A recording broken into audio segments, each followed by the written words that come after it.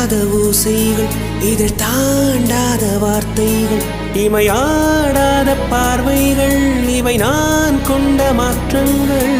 சொல் என்னும் ஓர் நெஞ்சம், எதிரில் என்னும் ஓர் நெஞ்சம், எதிர்பார்க்காமல் என் வாழ்வில் ஒரு போர்க்காலம் ஆரம்பம். இருதயமே துடிக்கிறதா, துடிப்பது போல் நடிக்கிறதா, உரைத்திடவா மறைத்திடவா, ரகசியமாய் தவித்திடவா. ஒரு பெண்ணின் நிறைவென்ன செய்யும், என்னை கத்தி இல்லாமல் கொய்யும், இதில் மீள வழி